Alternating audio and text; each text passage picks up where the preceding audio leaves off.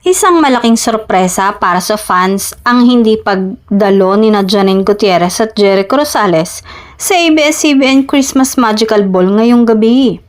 Kilala ang dalawa bilang isa sa pinaka-inaabangan na couple sa red carpet, kaya't mabilis na kumalat ang usap-usapan nang mapansing wala sila sa arrival list.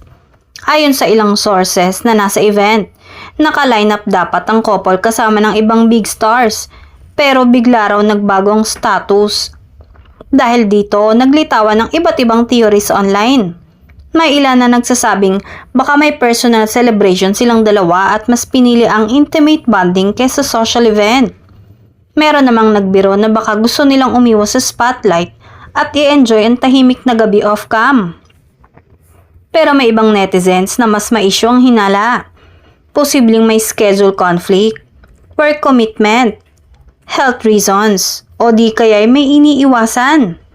May nagsabi pang baka ayaw lang talagang ma-stress ng couple sa crowd at flashing lights ngayong taon.